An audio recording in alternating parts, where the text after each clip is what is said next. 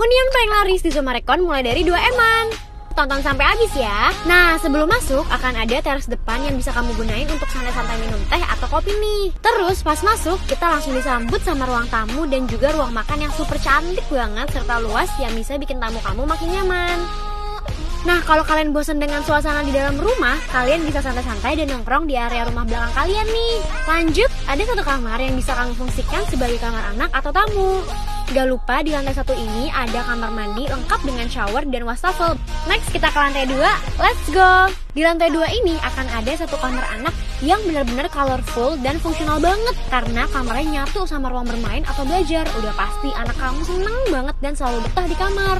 Selain itu ada satu kamar anak juga yang punya banyak storage, jadi anak kamu gak usah khawatir barang-barangnya akan berantakan.